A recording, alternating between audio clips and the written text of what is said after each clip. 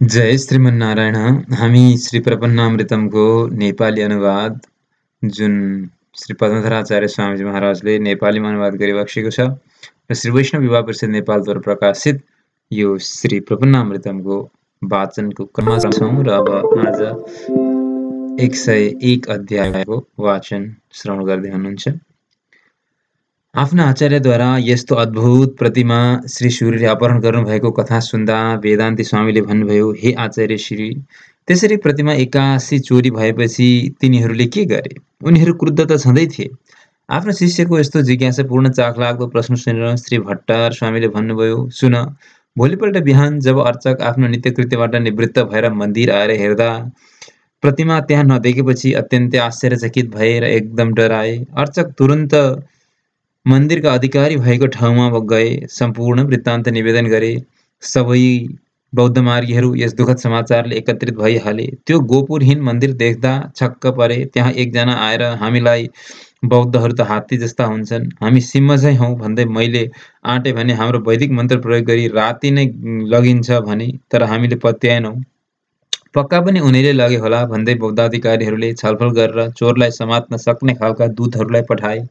विभिन्न दिशाहरूमा छरिएर गए। केही दूतहरू आधा रातमा कृष्णकुटीपुरमा पनि पुगे। दूतहरूले त्यसै बखत एउटा कृषकलाई अत्यन्त शोकमा श्री हरिदामोदर भगवानसँग आफ्नो खेत नष्ट हुनबाट बचाउन प्रार्थना गर्दै सुत्न खोज्दै गरेको देखे। भोलिपल्ट प्रातः त्यो कृषक बडो आनन्दका साथ जाग्यो। उसलाई भगवानले सपनामा जाऊ जाऊ, अब तिम्रो खेत मुक्त भइसक्यो भन्नुभएको रहेछ। अब त्यो कृषक खेतमा आफ्नो अधिकार जमाउन जान लाग्यो। नभन्दै आफ्नो खेतमा पुगेर हेर्दा त न त्यहाँ परकाल सूर्य हुनुहुन्थ्यो, न उहाँका अरू साथीहरू नै।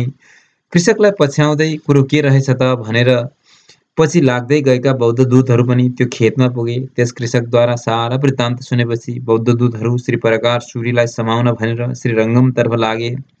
श्रीरङ्गम पुगेर नभन्दै श्री सूर्यलाई समाते पनि। अब त्यहाँ श्री परकालमा र ती दूतहरूमा खुब झगडा हुन लाग्यो। यस प्रकार झगडा हुँदा हुँदा शान्त नहुने स्थिति देखेपछि श्री परकालले एउटा कागजमा ती दूतहरूलाई लेखेर दिनुभयो। लौ त, अब तपाईँहरू मान्नुहुन्न भने यस कागजमा म लेखेर दिनेछु। वर्षको अन्त्यमा मूर्तिको कान्छी औलासम्म पनि फिर्ता दिनेछु। अब त भयो कि ती दूतहरूले श्री परकाल सूर्यको चलाखी के बुझ्थे र? 1 वर्षपछि त्यही कागज लिएर उहाँका सामने आएर भने, लौ, अब हाम्रो मूर्ति फिर्ता चाहियो। सबै भद्र भलाद्मीहरूको अगाडि श्री परकाल सूर्यले एउटा कपडामा बेरेर त्यो मूर्तिको कान्छी औँलो बीचमा राखिदिनु भयो। दूतहरूले पनि मूर्तिको सट्टा यो के दिएको होला भनेर त्यो कपडा यसो खोलेर हेर्दा त मूर्तिको कान्छी औँला पो रहेछ। यो देखेर अब उनीहरू श्री सूर्यसँग विवाद गर्न तम्से। श्री सूर्यले भन्नुभयो, हो त, मैले तपाईँहरूलाई कागजमा मूर्तिको कान्छी औँलो दिउँला भनेर कागजमा लेखेर दिएकै थिएँ, सो दिँदैछु। विवाद टुङ्गिएन। दूतहरू आफ्ना अधिकारीहरू कहाँ गएर यी सबै कुराहरू निवेदन गरे। कुरो चोल राजा कहाँ पुग्यो। श्री सूर्यलाई राजाले बोलाए। श्री सूर्यलाई चोल राजाले भने, हे सूर्य, तपाईँ धर्मज्ञ र मर्मज्ञ पनि हुनुहुन्छ, समर्थ पनि हुनुहुन्छ। व्यवहारमा यी बौद्धहरूले तपाईँलाई जित्न सक्दैनन्। सत्य कुरो भने तपाईँले आखिर बौद्ध मूर्ति चोरेकै भएकाले मूर्ति त तपाईँले फर्काइदिनु नै उचित छ। राजालाई श्री परकाल सूर्यले भन्नुभयो, हे राजन, बौद्ध धर्म होइन, तपाईँ वैदिक धर्मावलम्बी भएर अवैदिकको पक्ष लिनु हुँदैन। मैले त्यो मूर्ति भगवान श्रीरङ्गनाथको विनियोगमा लगाइसकेँ। अब त्यो जस्ताको त्यस्तै फिर्ता गर्न धेरै सम्पत्ति र समय लाग्छ, जो सम्भव छैन। श्री सूर्यको यस्तो कुरा सुनेपछि राजाले पनि ती बौद्धहरूलाई बोलाएर भन्नुभयो, हेर्नुहोस्, कागजको कुरा गर्ने हो भने श्री परकालले तपाईँहरूलाई 1 वर्षपछि मूर्तिको कान्छी औँला दिउँला भनेर लेखेको रहेछ। त्यो उहाँ दिँदै हुनुहुन्छ। अब के गर्नु त? राजाका यस्ता कुरा सुनेर बौद्धहरू चुपचाप भए र त्यहाँबाट त्यही कान्छी औँला लिएर गए। उनीहरू फर्केर गएपछि श्री परकाल सूर्यले भगवान श्रीरङ्गनाथको धामलाई 7 पर्खालले घेर्ने विचार गरेर कार्य सुरु गर्नुभयो। बीचैमा श्री भक्ताङ रेणु सूर्यको आवास स्थान पर्न जाँदा त्यहाँनिर कार्य रोकिने स्थिति आयो। पर्खाल नलगाउँ भन्दा पनि भएन, पर्खाल लगाउँ भन्दा श्री भक्ताङ रेणु आलवारको कुटी पर्यो। पहिले त कैङ्केर्यमा बाधा आयो भनेर सोच्नुभयो, पछि भागवतोपचार नहोस् र काम पनि बनोस् भनेर श्री सूर्यले भक्ताङ रेणुसँग प्रार्थना गरी दुवैको भागवत कैङ्केर्यमा प्रेम भएको हुँदा सल्लाह मिल्यो र दुवैले एकमत भएर कार्य सम्पन्न गर्नुभयो। भगवानको कैंकर्य सकेपछि शिल्पकारहरूको पारिश्रमिक दिने बेला आयो। श्री प्रकाश सूर्यले विचार गर्नुभयो, यो संसारमा अनादिकालदेखि जन्म मृत्युको जालमा परि दुःख पाइरहेका यी शिल्पीहरूले कहिले भगवान धाम प्राप्त गर्ने, कहिले पुण्य कर्म गर्न सक्लान् र मोक्ष होलान्। यिनीहरूको शरणागति हुने बुद्धि कहिले पनि आउने छैन। तसर्थ यो जुन भगवत कैंकर्य गरे यसैलाई पुरस्कार माने मोक्ष दिलाउनुपर्छ भनी सोच्नुभयो र लौ जानुहोस्, तपाईँहरूको पारिश्रमको लागि मैले पहिले नै स्वताद्रीमा गुप्तधन राखेको थिएँ, त्यहीँ गएर त्यो धन आफ्ना पारिश्रमिकका रूपमा लिनु भन्नुभयो र शिल्पकारहरू जान तयार भए। नाकाबाट कावेरी पार गरी श्वेताद्री आएर श्री पद्मलोचन भगवानको दर्शन गरेर श्री पद्मलोचन भगवानसँग प्रार्थना गर्न लाग्नुभयो, हे प्रभु, यी शिल्पीहरू अनादिकालदेखि मायाका भुमरीमा परि संसार चक्रमा घुमिरहेका छन्। यिनीहरूको कुनै पुण्य कर्महरू नभए पनि यदि श्री रङ्गजीको सेवामा गरेको कैंकर्यलाई निमित्त बनाई अथवा दासको पनि दासलाई मुक्ति दिन्छु भने अनुसार मुक्ति गरिदिनुहोस् भने ती शिल्पकारहरूलाई विपुल पारिश्रमिक दिएपछि डोङ्गामा फर्किन लाग्दा डोङ्गेहरूले चञ्चल तरिकाले नाउ चलाउँदा अथाह जलमा नाउ डुब्यो र सारा शिल्पकारहरूको शरीर पानीमा डुबे पनि आत्माको लागि श्री प्रकाश सूर्यको प्रार्थना सुन्नुभएका प्रभुले पठाएको दिव्य विमान आकाशमा देखियो। देख्दा देख्दै सबै शिल्पकारहरू चतुर्भुज भई उक्त विमानमा बसेर वैकुण्ठतिर लागे र परमपद पुगे। अब श्री सूर्य यो समाचार लिएर श्रीरङ्गम फर्किनुभयो। शिल्पकारहरूका बान्धवहरूले श्री प्रकाश सूर्यलाई घेरेर हाम्रा मान्छे कहाँ पठायो भनी सोद्धा सूर्यले भन्नुभयो, तिमीहरूका मान्छे डुबे, उनीहरूले पत्याएनन्, तपाईँले नै डुबाइदिनुभयो होला, उनीहरूको पारिश्रमिक खुरुक्क हामीलाई दिनुहोस् भनेर जिद्दी गर्न लागे। डुबेका शिल्पीका शवको दाह संस्कार गर्ने बेला भयो। श्री सूर्यले भन्नुभयो, हेर, कालगति कसैले पनि जान्दैन, तिम्रा मान्छे कालगतिले गएका हुन्। आफ्ना दुवै हात माथि उचालेर, हे परमेश्वर, यदि मैले शिल्पीहरूको पारिश्रमिक दिइसकेको भए उनै शिल्पीहरू आएर बोलेर साफ साफ साक्षी दिउन् भनी भगवानसँग प्रार्थना गरेपछि सारा मनुष्यहरूको अगाडि यस प्रकारको घटना भयो। सुन्नुभयो, आकाशमा विमानहरू आए। भगवत कैंकर्यमा लागेका सबै शिल्पीहरू आफ्ना आफ्ना विमानबाट भन्न लागे, हो, हामी जान लाग्दैछौँ, हामीले आफूले सोचेको भन्दा धेरै धनराशि भेटेका छौँ भनेर प्रसन्न देखिन्थे। हे बान्धवहरू, श्री सूर्यको खूब कैंकर्य गर्नु भन्दै आकाश मार्गमा आएका आफ्ना शिल्पीहरूलाई देख्दा सबै बान्धवहरू प्रसन्न भई। श्री सूर्यको अनौठो चरित्रको प्रभावले सबै मनुष्यहरूमा अद्भुत रूपले प्रेम प्रभाव पर्यो। सबै प्रभावित भई। श्री प्रकाश स्वामी पनि श्री रङ्गनाथ भगवानको नित्य कैंकर्य गरेर त्यहीँ रहन लाग्नुभयो। यहाँ श्री सूर्यले भगवानका अनेकौं प्रकारका कैंकर्यहरूमध्ये कुवाहरू, अनेक कक्षहरूको निर्माण गर्नुभयो। भगवानका मन्दिरमा स्तम्भहरू एवं सिंहासनहरूको पनि निर्माण गर्नुभयो। श्री रङ्गजी मन्दिरदेखि पूर्वद्वारतर्फ 1000 खम्बा भएको एउटा ठुलो मण्डप भव्य तरिकाले निर्माण गराउनु भएको छ, जसलाई परकाल मण्डप भनिन्छ। एक दिन श्री प्रकाश सूर्य श्री रङ्गनाथ भगवानको अगाडि हात जोडेर खडा हुनुभयो र निर्माणकै सिलसिलामा उहाँले भगवानसँग सोध्नुभयो, हे प्रभु, के गर्नु? पहिले मसँग अथाह सम्पत्ति भएको बेला यो निर्माण गर्ने मेला आएको भए यो मन्दिर सुनै सुनको बनाउने थिएँ होला, तर अब के गरौँ? अक्षम भइगएँ। प्रभु, अहिले बडो दुःख भइराखेको छ यो दासलाई। आफ्नो परम भक्त श्री प्रकाश सूर्यलाई क्षुभित देखेर भगवान श्री रङ्गनाथले भन्नुभयो, भक्त परकाल, तिम्रो सेवा अक्षुण्ण छ। तिम्रा जति पनि कैंकर्यहरू छन् ती सबै स्वर्णमय छन्। यस्ता कुरा भगवानले भन्दै हुनुहुन्थ्यो। उता श्री प्रकालको हृदयमा प्रवेश गरेर हृदयबाट श्री प्रकाल स्वामीलाई उहाँका सारा कैंकर्यहरू स्वर्णमय देखाइदिनुभयो। श्री प्रकालले यसो हेरेर त सारा स्वर्णमय देख्नुभयो। यो देखेर श्री प्रकाल स्वामीलाई परम सन्तोष भयो। श्री प्रकाल श्री रङ्गनाथ समक्ष केही समयसम्म बसेर अत्यन्त आनन्दित हुनुभयो। यसरी श्री प्रपन्नामृतको शिल्पकारहरूलाई मोक्ष प्रदान गर्नुभएको सम्बन्धी 101औं अध्याय समाप्त भयो। अब अगाडि 102औं अध्यायको प्रसङ्ग श्रवण गरौँ। श्री प्रकाश सूर्यको महान कैंकर्यहरूका कुरा सुनेर श्री वेदान्ती स्वामीले आफ्ना आचार्यदेव श्री भट्टर स्वामीसँग सोध्नुभयो, हे आचार्य, श्री प्रकाश स्वामीले आफ्नो दिग्विजयका प्रसङ्गमा चोलमण्डलको त्रिविक्रमपुर भन्ने ठाउँमा पुग्नुभयो। त्यहाँबाट पूर्वपट्टि कुनै एउटा ब्रह्मपुर भन्ने ठाउँ छ। त्यस ठाउँमा अनेकन शैव मठहरू छन्। त्यस स्थानमा विद्वानहरूमा समन्धर नामक कुनै शैवको खूब ख्याति फैलिएको थियो। समन्धरको अपार शिष्य सम्पत्ति एवं विद्याका वैभवका सामने अरू सारा तुच्छ प्रतीत हुन्थे। जब सूर्य अचानक त्यहाँ पुग्नुभयो, शिष्यहरूले अचानक कहाली बजाए। विशाल कहाली बजाएको देखेर समन्धरका शिष्यहरूलाई अत्यन्त भय भयो। अत्यन्त डराएर केही शिष्यहरू त भागे पनि केही श्री सूर्य समक्ष आएर भन्न लागे, श्रीमन, यहाँ तपाईँको प्रभाव एकदमै चल्दैन। हाम्रा आचार्य समन्धर साह्रै विद्वान हुनुहुन्छ। उहाँ जस्ता शिरोमणिलाई तपाईँले वाद एवं युक्तिद्वारा बिल्कुलै जित्न सक्नुहुन्न। कुनै पनि युक्तिद्वारा उहाँलाई हराउन सकिन्न। यस्ता कुरा सुनाई डर देखाउन लागे। यी सम्बन्धहरूलाई कुनै पनि प्रकारले जित्ने विचारले श्री सूरी भगवान श्री रङ्गनाथलाई स्मरण गर्दै ब्रह्मपुरमा प्रवेश गर्नुभयो। अब त्यहाँ यी दुवै विद्वानहरूको काव्यमा विवाद सुरु भयो। श्री सूरीको काव्यप्रतिको वर्णन त्यति राम्रो हुन सकेन, किनभने त्यहाँ श्री प्रकाश स्वामीले भगवान विष्णुको कुनै पनि अर्चा विग्रहको दर्शन पाउनु भएको थिएन। विग्रहको दर्शनको अभावमा श्री स्वामीजीले काव्यमा पूर्ण व्याख्या गर्न सक्नु भएको थिएन। अब त्यहाँ कहाँबाट श्री भगवानको अर्चाको दर्शन पाउनु, अर्चा विग्रह पाउन असम्भव थियो। तर त्यही बेला यसो नजर घुमाउँदा उहाँले एउटा कुनामा तुलसीको वन र एउटा झोपडी देख्नुभयो। त्यहाँ जाँदा त एउटी बुढी आमालाई भेट्नुभयो। बुढी श्री वैष्णवी आमाजीलाई देखेर उहाँले, माता, तपाईँसँग अवश्य पनि भगवान हुनुहुन्छ, दर्शन गराउनुहोस्, याचना गरेको सुनि आमाले स्वामीलाई आफ्ना झोपडीभित्र भगवान भएको कुरा सङ्केत गरेपछि स्वामीजी उनको झोपडीभित्र गएर एकछिन त्यहाँ श्री विष्णु भगवानको अर्चा विग्रहको मनभरि दर्शन गरेर अनि फेरि त्यो मूर्ति त्यही आमाजीलाई फर्काएर बाधस्थानतर्फ आउनुभयो। अनि त के थियो, श्री सूरीले शीघ्र, सुन्दर, मधुर र विस्तृत यी 4 प्रकारका कवित्वद्वारा सबैका अगाडि ती विद्वानलाई उत्तर दिन लाग्नुभयो। श्री सूरीको यस्तो अचम्मको काव्य कुशलता देखेर ती शैव विद्वान अत्यन्त प्रभावित भए। आफूलाई ठूलो विद्वान मान्ने सम्बन्धहरूले सारा समाजका अगाडि श्री सूरीको कवित्वका अगाडि आफूले हार स्वीकार गरी नाना प्रकारले श्री सूरीको प्रशंसा गर्न लागे। श्रीमन, तपाईँ त चतुष्कवि हुनुहुँदो रहेछ।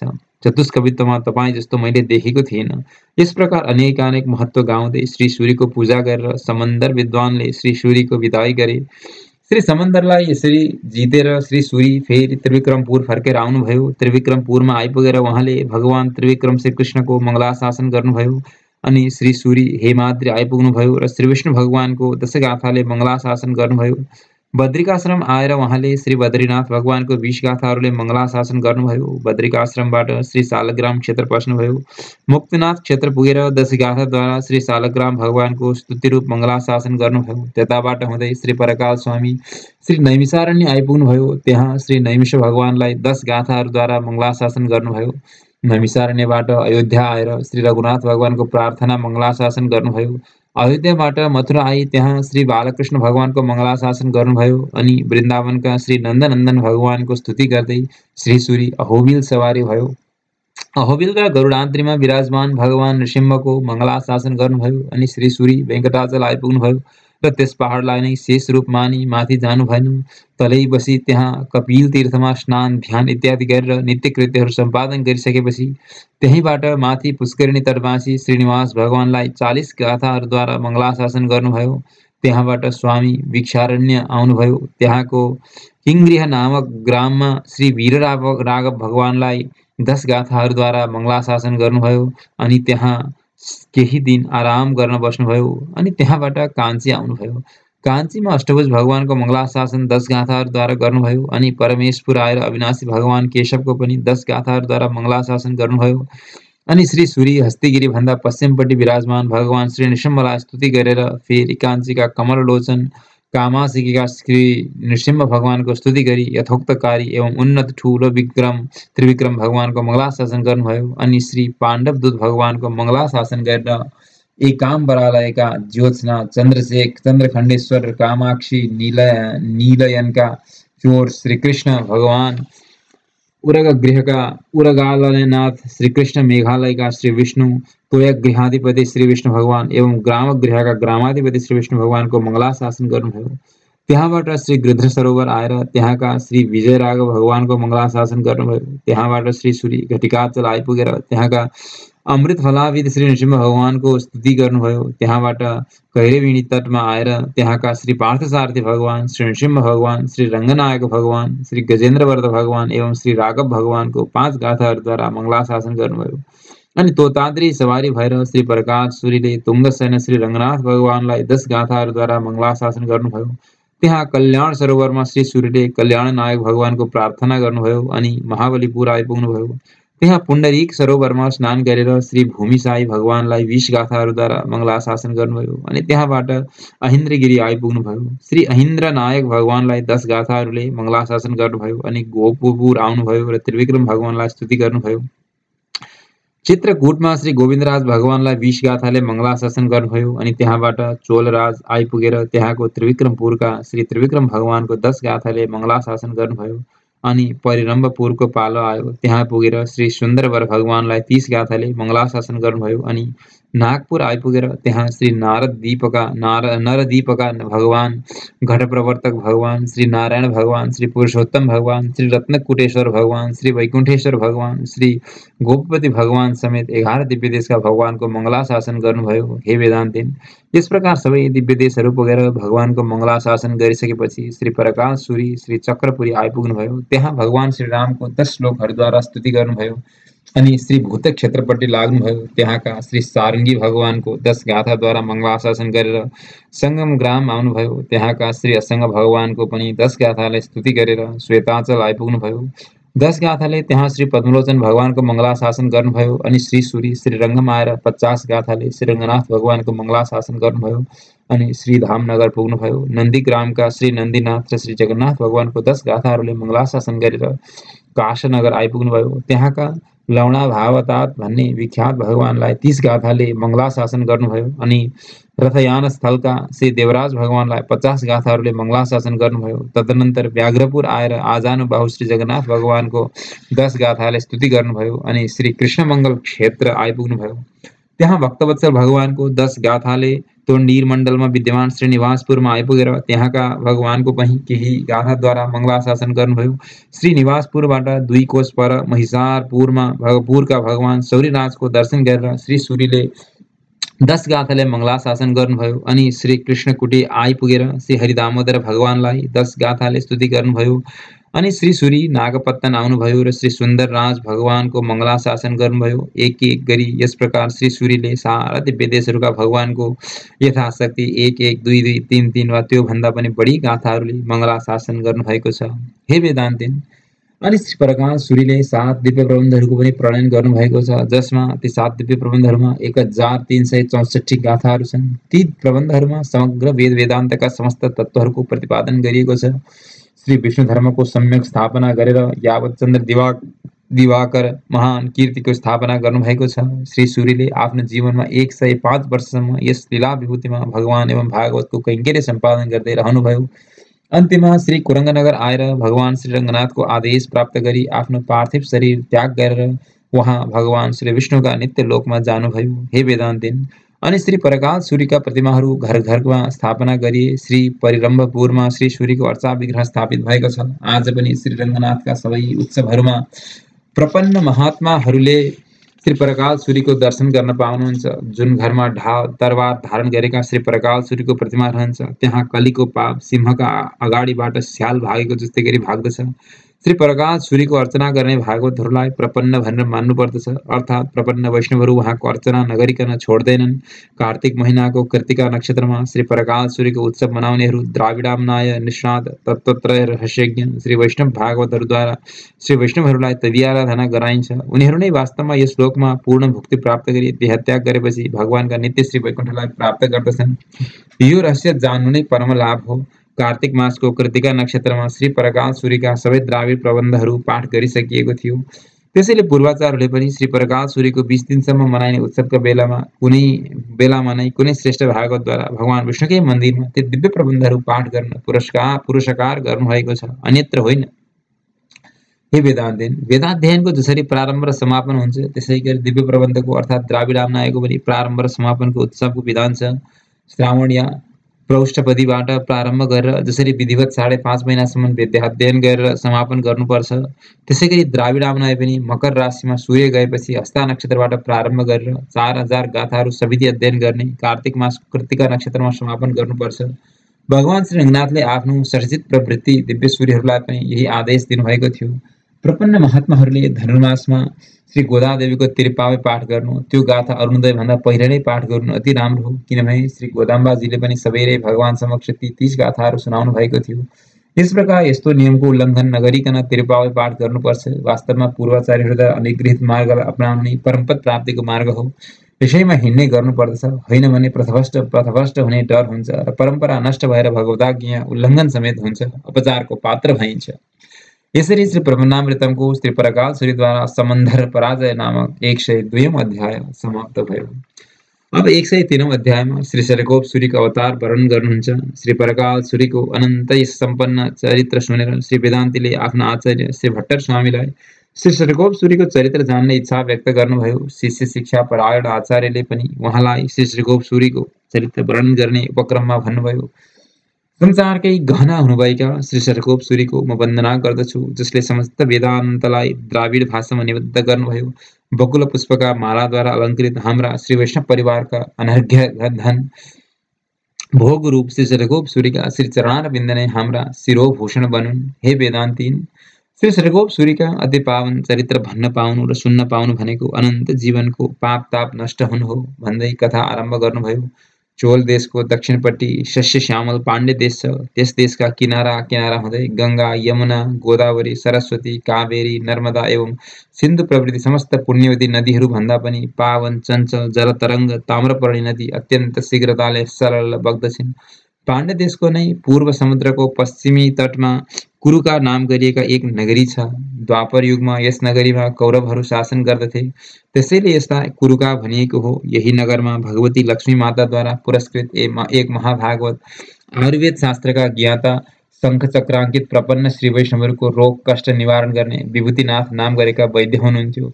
उहाँको सुयश चारैतिर फैलिएको थियो। उहाँका धर्मधनुर नामक एक पुत्र भए। आफ्ना धार्मिकता एवं हरिभक्ति परायणताको बलले उहाँले कलिका अधर्महरूलाई प्रायः नष्ट गरिदिनु भएको थियो। यिनै धर्मधनुका चक्रपाणी भन्ने एक पुत्र थिए, जो सदा सर्वदा श्री भगवानकै भक्तिमा मग्न रहने गर्दथे। यिनका अच्युत नाम भएका छोराका प्रभावले त पृथ्वी रत्नगर्भा भएकी थिइन्। अच्युतका कमलका समान नेत्र भएका सुमति नामक पुत्र थिए। उनका फुत्कारिका नामक पुत्र भए। यिनै फुत्कारिका पुत्र हुन् कारी। हे वेदान्ती, भूतिनाथदेखि कारी पर्यन्त जुन जुन पुरुषको मैले वर्णन गरे ती सबै भागवत परायण थिए। ती सबै भन्दा पनि तेजपुञ्ज सम्पन्न भगवान र भगवत भक्ति परायण थिए कारी महाराज। यिनका अलौकिक गुण थिए। कारी ठुला भएपछि आफ्ना मातापिताको आनन्द यिनले यसरी बढाए जसरी दशरथ आफ्ना सारा प्रजाहरूलाई अनेक सुख प्रदान गर्दै आफ्ना पितृदम्पतिको आनन्द बढाउँदथे। कारीको गुणसम्पन्नता देखेर पिता अत्यन्त प्रसन्न हुन्थे। कारीको युवावस्था देखेर यिनको विवाह गरिदिने विचार गरेर राजा फुत्कारी कारीलाई लिएर केरल देशका दिव्य देशहरूमा विख्यात एक परिसार नामक भगवान श्री विष्णुको प्रिय स्थानमा गए। त्यहाँ आफ्नो कुल गोत्र समान भगवत भक्त श्री वैष्णव परिवारकी नाथनायिका नामकी कन्यासँग बडो धुमधामका साथ छोराको विवाह सम्पन्न गरेर अत्यन्त आनन्दका साथ पुत्र वधूका साथ कुरुकापुरी फर्किए। कुरुकापुरी आएर नाना प्रकारले उत्सव मनाए। प्रत्येक गल्ली गल्ली सुगन्धित पदार्थहरूद्वारा सजाएर नागरिकहरूले फुलको वर्षा गरेका थिए। यस प्रकार लगातार केही दिनसम्म उत्सव मनाइयो। परिसारपुरबाट आएका कन्याका पिताको आग्रहद्वारा नयाँ छोरी ज्वाइँ केरल देश ससुरालीतर्फ गए। केही समयसम्म कारीजी आफ्नी पत्नीका साथ त्यहाँ बसेर अनि फेरि आफ्ना सासु ससुरासँग विदा भई आफ्नी भार्यालाई लिएर आफ्ना पिता फुत्कारी कहाँ फर्केर आए। जुन बेला श्री कारीजी फर्केर आउँदै थिए, बाटामा श्री कुरङ्ग नगरी पूर्ण भगवानको मन्दिर देखियो। अनि श्री भगवानको दर्शन गर्ने शुभेच्छाले मन्दिर गएर दर्शन गरे। भगवानको अपरिमित सौन्दर्यमय विग्रह देख्दा उनका मनमा पुत्र प्राप्तिको कामना उठ्यो। भगवानले पनि अर्चकका मुखबाट पुत्र प्राप्तिको वरदान दिँदै आज राति नै म तिम्रो पुत्रका रूपमा तिम्रो पत्नीको गर्भमा आउँदैछु भन्ने आज्ञा भयो। अनि कारी राजाले पनि भगवानलाई हात जोडेर खडा रहनुभयो। अर्चकद्वारा पत्नीका साथ उहाँलाई तीर्थ तुलसी माला प्रदान गराएर सत्कार गर्नुभयो। अनि भगवानका आज्ञाले कुरुकापुरी आएर धर्मपूर्वक प्रजा सम्पादन गर्दै सुखपूर्वक रहन लाग्नुभयो। हे वेदान्तिन, पुत्र प्राप्तिका आशाले तत्काल कारी पत्नीले पतिको सेवा गर्दै आफ्नो मनोरथ सिद्धि पाइन्। श्रीमती नाथनायिकाको गर्भमा श्री विश्वक्सेन स्वयं सवारी भयो। अनन्त बल वीर्य सम्पन्न सूर्यको जस्तो तेजोमय प्रभावयुक्त गर्भलाई उनले 9 महिनासम्म धारण गरिन्। तदनन्तर कलियुगको आदिमा प्रमादी नामक संवत्सरको 1 महिना 13 दिन बितेपछि वैशाख शुक्ल त्रयोदशी शुक्रबारका दिन विशाखा नक्षत्रयुक्त कर्क लग्नमा कुरङ्ग नगरी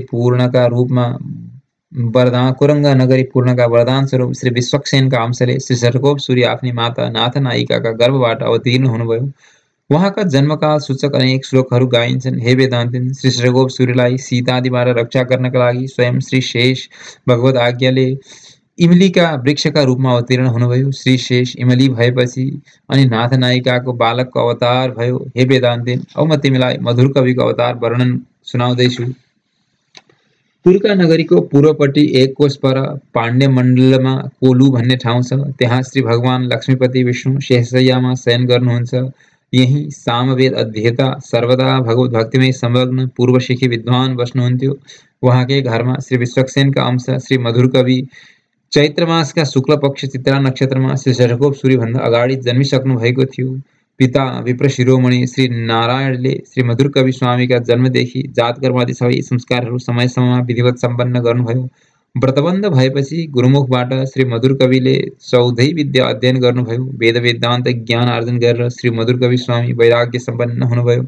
एक दिन तीर्थयात्रा गर्ने प्रसङ्गमा घरबाट निस्किनुभयो। काञ्ची दिव्यदेश हुँदै अमरावती, अयोध्या, मथुरा, गया, अवन्तिका र जगन्नाथ पुरी प्रभृति मोक्ष प्रदान गर्ने नगरीहरूमा गएर भगवानका श्री विग्रहहरूको दर्शन गर्दै भक्तियोगको साधनाका साथ अष्टाङ्ग योगको अभ्यासमा संलग्न हुनुभई श्री बद्रिकाश्रममा गएर केही दिन निवास गर्नुभयो। अष्टाङ्ग योग सिद्ध भएपछि त्यहाँबाट अयोध्यातर्फ लाग्नुभयो। यता भगवान श्री विश्वक्सेनजीका अंशबाट अवतीर्ण श्री शरकोप स्वामीले त गर्भावस्थामै सम्पूर्ण तत्त्वहरूको ज्ञान सम्पादन गर्नुभएको थियो। जन्म भएपछि त उहाँ दृढ ध्यान गर्दै प्रह्लाद जस्तै भगवानमै लीन रहन लाग्नुभयो। अतीम प्रभावले युक्त हुनुभएका श्री शरकोपजीले त जन्मिने बित्तिकै कलीका पापहरू देख्न लाग्नुभयो र आफ्नो आँखा बन्द गरिहाल्नुभयो। संसारको भोग प्यास आदि विकारहरूद्वारा रहित भएर सदा सर्वदा भगवानकै श्री चरणको ध्यानमा रत रहने दृढ सङ्कल्प रहेकाले आफ्नो सारा भार उनै प्रभु परमात्मामाथि नै छोडिदिएर श्री स्वामी बिल्कुलै निश्चिन्त रहनुभयो। त्यत्रो रहरले प्राप्त गरेका पुत्रको स्वभाव देखेर कारी र कारी पत्नी नाथनायिका छक्क परे। भगवानले दिनुभएको यस अमित बल सम्पन्न पुत्रलाई सर्वालङ्कारले अलङ्कृत गरेर अनवधि कातिशय ज्ञानबल वीर्य सम्पन्न नवीन जलले भरिएको मेघ समान कमनीय कान्ति स्वरूप श्री आदिनाथ भगवान विष्णु कहाँ ल्याए। त्यहाँ श्री शेषावतार इमलीका वृक्षमा स्वर्णको पालकी लगाएर पुत्रलाई त्यसैमा राखिदिए। ती पुत्रको मार भन्ने नाम राखेर मोह त्यागी घरतर्फ गए। सम्पूर्ण मानवहरूले क्रियारहित एक पिण्ड रूप त्यस बालकको प्रभाव के जान्नु। श्री सूर्यले पनि जन्मेको वर्षदेखि लिएर 16 वर्षसम्म सतत भगवानकै ध्यानमा सानन्द जीवन बिताउनु भयो। 16 वर्ष बित्दा पनि आफ्नो पुत्र मोह बिर्सन नसकेका कारी दम्पति व्याकुल हुँदै के गर्नु, भगवानको वरदानले पाएको छोरो पनि हाम्रै भाग्यले गर्दा अन्धो भयो र लाटो जन्मियो भनेर चित्त बुझाउने गर्दथे। यस प्रकार श्री प्रभुनामृतको श्री शरकोप सूर्यको अवतार सम्बन्धी प्रसङ्ग समाप्त भयो। अब अगाडि श्री मधुर कविका आचार्य श्री शरकोप सूर्यद्वारा 22 दिव्य देशका भगवानको दर्शन सम्बन्धी प्रसङ्ग रहेको छ। हे वेदान्तिन, त्यसबेला श्री मधुर कवि स्वामी अयोध्यामा पुगेर सरयू नदीमा स्नान गरी अयोध्यानाथ भगवानका सन्निधिमा श्री जनक नन्दिनीका साथ श्री रामचन्द्र भगवानको मङ्गलाशासन गर्दै रहनुभयो। एक दिन रातमा उहाँ जाग्नुभयो। यसो बाहिरतर्फ गएर लघुशङ्का कार्य सकेर यसो दक्षिणतर्फ आँखा पर्दा एकदम उज्यालो देख्नुभयो। यताउता हेर्दै कतै आगो त लागेको छैन भनेर आँखा घुमाउँदा उहाँलाई त्यस्तो लागेन। यो कुनै अलौकिक प्रकाश जस्तो पो देखिन्छ त भन्ने शङ्का लागेर छक्क पर्नुभयो। झलमल प्रकाश झल्किरहेको छ, त्यसलाई कसरी पछ्याउने भन्ने सोच्दै अयोध्याबाट दक्षिणतर्फ लाग्नुभयो। रातभरि प्रकाश भएतर्फ हिँड्नुभयो। बिहान उज्यालो भएपछि दिनभर त्यही गाउँमा आराम गर्नुभयो। पुनः साँझ परेपछि आज पनि के हुँदो रहेछ भन्ने विचार गरी दक्षिणतर्फ हेर्नुभयो। फेरि उस्तै उज्यालो देख्नु भएकाले पछ्याउन लाग्नुभयो। यसै गरी धेरै दिनसम्म पछ्याउनुभयो। रातभर हिँड्ने, दिनभर आराम गर्ने चलन चलाई उहाँ जहाँ उज्यालो हुन्छ त्यहीँ दिनभर रहने गर्नुभयो। यस्ता प्रकारले उहाँ हिँड्दै श्रीरङ्गमसम्म आइपुग्नु भएछ। त्यहाँबाट पनि अझ दक्षिणै देखिएको प्रकाश पथतर्फ फेरि लाग्नुभयो। अब उहाँ कुरुकापुरी आइपुग्नुभयो। त्यहाँबाट भने अब दक्षिणतर्फ प्रकाश देखिएन। श्री मधुर कविले यो प्रकाश यहीँ कहीँबाट आएको हुनुपर्छ भन्ने अनुमान लगाउनुभयो। अब प्रकाश पुञ्जको खोजीमा राति लाग्नुभयो। इमलीको वृक्षको टोड्कामा एकदम उज्यालो रूपमा श्री शरकोप सूर्यलाई देख्नुभयो र हो यो प्रकाश पुञ्ज यहीँकै हो भन्ने अठोट गर्नुभयो। पुरै आँखा चिम्लेको अचल मूर्ति देख्नु भएकाले श्री मधुर कविले यिनी लाटो र अन्धा त हैनन् भनेर श्री शरकोप स्वामीको अगाडि झ्याम एउटा ढुङ्गो ठुलो आवाज गरी फ्याँक्नुभयो। यसको आवाजले श्री शरकोप सूर्यका आँखा खुले। श्री मधुर कविले अहो उहाँ त भगवत ध्यानमा पो हुँदो रहेछ भन्ने कुरो बुझ्नुभयो। बोल्नुहुन्छ कि हुन्न भन्ने जाँच्दै श्री मधुर कविले हे स्वामी, प्राकृतिक जन्म लिने प्राणीले गर्भावस्थामा के खान्छ भनेर सोध्नुभयो। त्यस्तो अवस्थामा प्राणीले प्राकृतिक वस्तु नै खान्छ भन्ने श्री शरकोप सूर्यको समुचित उत्तर सुनेर श्री मधुर कविका सारा शङ्काहरू समाधान भए। परीक्षा सकियो। श्री मधुर कविले मनमा नै अहो यस्ता तपस्वी हुनुहुँदो रहेछ भनेर आफ्नो आचार्यका रूपमा उहाँका अनेक कैङ्कर्य सम्वहन गर्न लाग्नुभयो। त्यसै समयमा श्रीमन्नारायण प्रभु आफ्नी लक्ष्मीका साथ श्री गरुड वाहनमा सवार भई त्यहाँ पाल्नुभयो। अकारण कृपा गर्दै सम्पूर्ण जगतका एकमात्र स्रष्टा, सम्पूर्ण सौन्दर्यका खानी प्रभुका दम्पतिको दर्शन पाएपछि श्री शरगोप सूरीको आनन्दको सीमा रहेन। श्री हरिको सकल कल्याण गुणकणाकारत्व एवं समस्त हेय प्रतिनिकत्वको अनुभव गर्दै प्रभुका दिव्य अपराकृत भोग मोक्ष स्थल एवं परिजनहरूको अनुभव गर्दा श्री सूरी रसमग्न हुँदै जानुभयो। श्रीमन्नारायणको भक्तवत्सलता देखेर चारै वेदका सार रूप चार दिव्य द्राविड प्रबन्धहरूका रूपमा उम्लेर हृदयसम्म आएको अपार भक्ति भावनाको धारा फुट्दै ओइरिन लाग्यो। ऋग्वेदका सार रूपमा प्रस्फुटित प्रबन्धको नाम श्रीवृत्त भयो, जसमा 100 गाथाहरू छन्। यसै प्रकारले यजुर्वेदको सार रूपमा निक्लेको प्रबन्ध आसिया भन्ने नामले प्रचलित भयो। यसमा 7 गाथाहरू छन्। जगतको रक्षाका लागि अथर्ववेदको सार रूपमा प्रस्तुत प्रबन्ध महान्त भनेर कहलाइयो। सामवेद जो भगवानको अति प्रिय छ, त्यसको सार रूपमा निक्लेको प्रबन्धलाई सहस्त्रगीति भनिन्छ। यस प्रबन्धमा दिव्यार्थले परिपूर्ण 1200 गाथाहरू छन्। ब्रह्मको स्वरूप, जीवात्माको स्वरूप, प्राप्तिको उपाय, प्राप्तिको फल एवं प्राप्तिको विरोधी आदि समेतको सम्यक वर्णन भएको यस अद्भुत सहस्त्रगीतिबाट नै अर्थपञ्चकको प्रादुर्भाव भएको छ। यो सहस्त्रगीति भन्ने प्रबन्ध ग्रन्थमा समस्त वेदान्त शास्त्र समाहित छ। हे वेदान्तीन, श्री द्वय मन्त्र नै वेदको सार हो। यो मन्त्रभन्दा ठूलो अरू मन्त्र छैन। यसको अर्थ पनि यही सहस्त्रगीति हो। जुन समय श्री शरगोप सूरी सहस्त्रगीतिको रचना गर्दै हुनुहुन्थ्यो, त्यसबेला इन्द्र आदि समस्त देवहरूका साथ श्री हरि विष्णु भगवान श्री शरगोप सूरीका रचनाका विषय बन्न भनेर 108 दिव्यदेश स्थित भगवानका रूपमा सूरीका अगाडि आउनुभएको थियो। चिन्चा मूलमा आएर श्री शरगोप सूरीको दर्शन एवं सान्निध्यजन्य लाभ उठाएर सबै देवताहरू आफ्ना धामतर्फ फर्के। 108 दिव्यदेशका अर्चावतारहरूमध्ये 30 अर्चावतारले श्री शरगोप सूरीलाई दर्शन दिनुभयो। बानाद्रीमा सर्वदा विराजमान श्री सुन्दरबाहु भगवान नै सर्वप्रथम श्री सूरीसँग प्रसन्न हुनुभयो।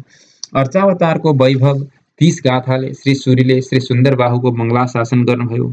20 गाथाले श्री वेङ्कटेश्वर वृषभाद्रीनाथको अमृतफल श्री नृसिंह भगवान, घटिकाचलको 10 गाथाले श्री वानाचलमा विद्यमान श्री देवनायक भगवानको 10 गाथाले मङ्गलाशासन गर्नुभयो।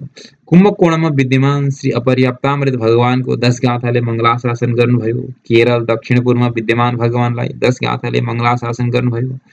यसै गरी भ्रमरालयका बलाढ्य भगवानको 10 गाथाले स्तुति गर्नुभयो। आकाश नगरका लवणाभावतात भगवानको स्तुति 10 गाथाले गर्नुभयो। धन्वीनव्यपुरका पद्माक्ष भगवानलाई एवं श्री मङ्गपुर नायक श्री देवनायक भगवानलाई श्री सूरीले 10-10 गाथाले स्तवन गर्नुभयो। कुरङ्गनगरदेखि 1 कोस पर तेजपुरका शेषसाई भगवानलाई 10 गाथाले, श्री रङ्गनायक भगवान श्री रामनगरका अपूपनाथ भगवान, केरलको तिवारानिल नामक दिव्य देशका श्री चोरनाथ श्री कृष्ण भगवान, परिशारपुरका मायावी श्री नारायण तथा क्षुद्र नदीका अच्युत भगवानलाई 10-10 गाथाद्वारा श्री शरगोप सूरीले मङ्गलाशासन गर्नुभयो। श्री सौरभपुरका राजगोपाल भगवान, व्याघ्रपुरका श्री आदिनाथ भगवान, चिन्चाकुटीका शेषसाई भगवानलाई पनि 10-10 गाथाहरूले स्तुति गर्नुभयो। वैकुण्ठ र श्री मदवरगुण भन्ने स्थानमा विराजमान भगवानलाई 1 गाथाले मङ्गलाशासन गर्नुभयो। श्री बकुलाभरण स्वामीले केरलका काङ्कर मूलिकला र तिरुनाविदी भन्ने ठाउँका अर्चा विग्रहहरूको पनि मङ्गलाशासन गर्नुभयो।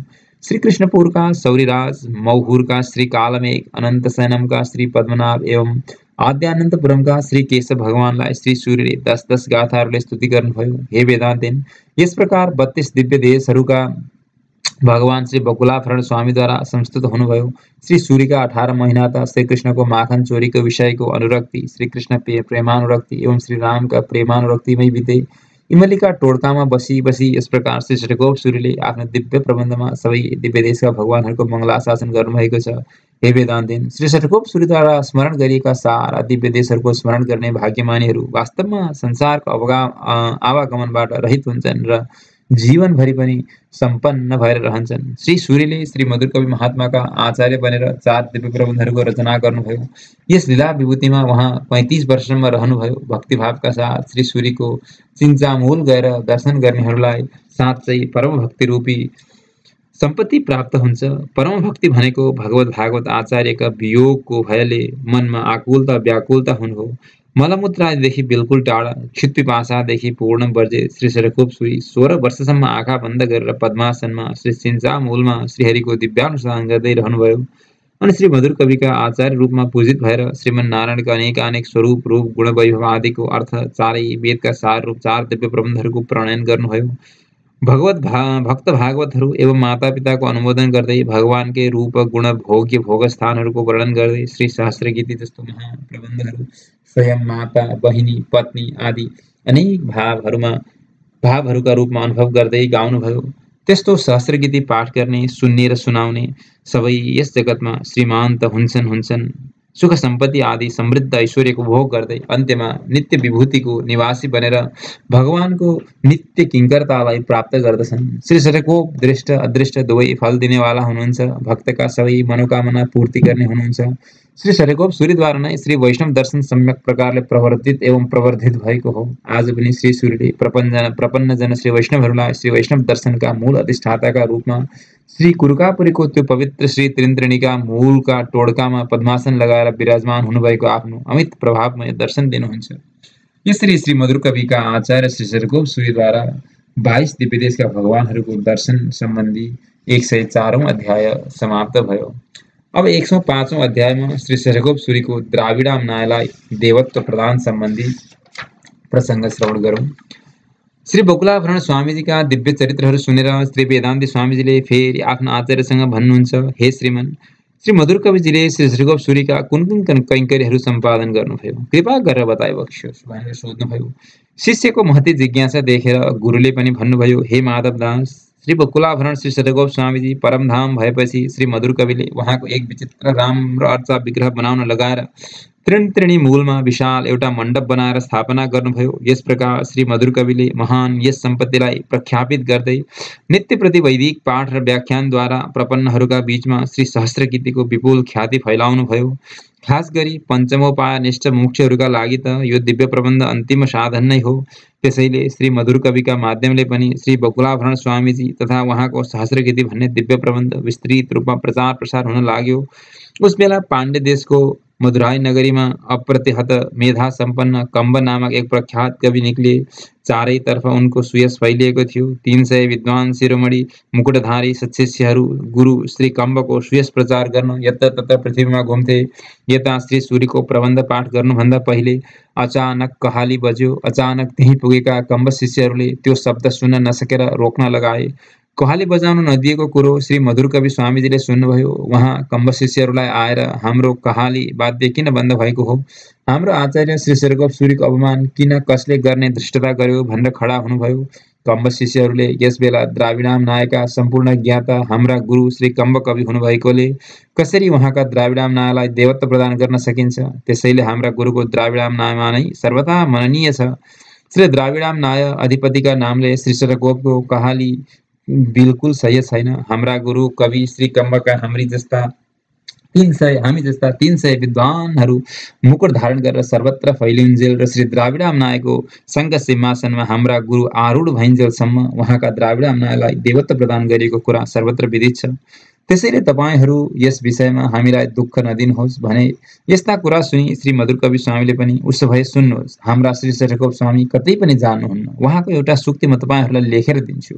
त्यो पत्रिका यदि काव्यका शङ्ख सिंहासनमा चढ्यो भने स्वतः नै श्री शरकोप सूर्यको द्राविडाम नाय नै देवत्व प्रदान भएको मानिन्छ होइन त भनेर प्रस्ताव राख्दा हुन्छ भने स्वीकार गरी उनीहरूले त्यो पत्रिका लिएर शीघ्रताका साथ गुरुका हातमा सुम्पिदिए अनि सबै कुराहरू बयान गरे। अनि पछि श्री कम्बले पनि धेरै सोच विचार गरेर आफ्ना शिष्यहरूसँग भने, तिमीहरू 300 कविहरूलाई चित्त बुझाएर नै मैले पनि आफ्नो कवित्व चिरस्थायी बनाएको कुरो सबैलाई ज्ञातै छ। मभन्दा पनि कम बल विद्या सम्पत्तिवान को यो कविता रहेछ भने यो अवश्य पनि तल झर्छ, होइन भने हेरौँ न त भनेर सबै कविहरूका सामने कम्बले पत्रिका सिंहासनमा राखिदिए। कविताको पत्रिका अर्थात् श्री शरकोप स्वामीको एक सुक्ति सिंहासन शङ्ख सिंहासनमा सुस्थिर भएको देखेर सारा छक्क परे। पत्रिकाको अमित प्रभाव देखेर कम्ब पनि आफ्नो त्यो सिंहासन त्यागी स्वयं त्यही पत्रिका शिरमाथि राखेर कुरुकापुरी आए। आफ्ना अनेक गाथाहरूद्वारा श्री शरकोप सूर्यको मङ्गलाशासन गरे। त्यसै गरी आफूले बनाएका गाथाहरूद्वारा 300 कविहरूले पनि मङ्गलाशासन गरे। यस प्रकार समस्त भक्त विद्वानहरूद्वारा विचित्र प्रकारले श्री शरकोप सूक्तिलाई देवत्व प्रदान भयो। हे वेदान्तिन, हेर, शास्त्रोक्त मार्गानुसार बुद्धिमान मनुष्यहरूले आफ्नो गुरुको यश फैलाउनु पर्छ। श्री मधुर कवि स्वामीले यसै न्यायानुसार आफ्ना आचार्य श्री श्रीगोप सूर्यको विस्तृत देशको प्रचार गर्नुभयो। आचार्यको नित्य कैंकर्य गरेर यसरी श्री मधुर कविजी केही काल श्री कुरुकापुरीमा रहनुभयो। श्री सूर्य रचित यस शास्त्र गीतिको अध्ययन गर्न शुद्ध सत्वमय तत्त्वज्ञानको सम्पादन गरेर विद्वानहरूले सभक्ति भक्त समुदायमा प्रचार गरे। यस दिव्य प्रबन्धको पाठ र श्रवणद्वारा स्त्री शूद्रादि सारालाई भक्ति प्रपत्ति एवं तत्त्वज्ञानको महान लाभ स्वयमेव हुन लाग्यो। अब त सारा मुमुक्षु हुन लागे। भगवानको वरदानको प्रभाव कस्तो विचित्र छ। महादेवका विवाहमा विश्वकर्माद्वारा त्यत्रो भयङ्कर श्राप परेको अगस्त्य ऋषिको यो भाषा द्राविड भाषा बन्न पुग्यो, जुन भाषामा दिव्य सूर्यहरूद्वारा सारा वेदहरूका दूरधिगम्य तत्त्व उपनिबद्ध भएको छ। यस प्रबन्धका अध्येता मुमुक्षु मानवहरू, त्यसमाथि पनि अझ प्रपन्नहरू त खास यही प्रबन्धकै प्रेमी हुन्छन्। यसरी द्राविड वेदान्त सम्यक ज्ञानको कारण बन्न पुगेको छ। हे वेदान्ती, शब्दादि विषय मात्रमा प्रवृत्त मानवलाई मोक्ष दुर्लभ हुन्छ। तसर्थ यो संसार पार हुनलाई संसारिक वासना त्यागेर आफूमै सन्तुष्ट हुँदै सुख दुःखदेखि विरक्त, राग भय क्रोध रहित मानव जब जितेन्द्रिय बनेर विषयबाट विरक्त हुन्छ, त्यस बेला त्यो समाधिद्वारा भगवानकै श्रीचरणलाई साध्य मानेर भगवानको नित्य किङ्करत्व रूप मोक्ष प्राप्त गर्दछ।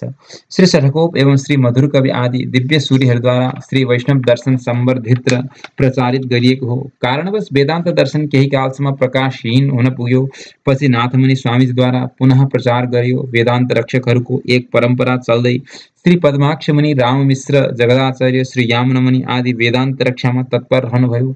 सिद्धित्रय, मायावाद खण्डन, तत्वार्थसार आदि अनेकानेक ग्रन्थहरूको प्रणयन गरियो। श्री यामुनाचार्य स्वामीले 5 विद्वानहरूलाई सबै विद्या बाँडिदिनु भएको थियो। पछि श्री रामानुजाचार्य स्वामीले पञ्चाचार्य बनाएर ती सबै विद्या सङ्कलन गर्नुभयो। श्री दिनाथको यस भूतलमा अपार फैलियो। उहाँकै कृपापात्र श्री गोविन्दाचार्य स्वामीद्वारा यस दासलाई पनि उक्त विद्या प्राप्त भयो र आज मैले यो इतिहास, यो दर्शन तिमीलाई भन्दैछु। हे शिष्य, तिमीले पनि यसै गरी संसारमा यस दर्शनको संरक्षण र सम्वर्धन गर्नुपर्दछ। यसरी श्री प्रपन्नामृतको श्री शठकोप सूर्यको द्राविड आम्नालाई देवत्व प्रदान गरिएको सम्बन्धी 105औं अध्यायको प्रसङ्ग यहाँ सम्पन्न भयो। जय श्रीमन्नारायण।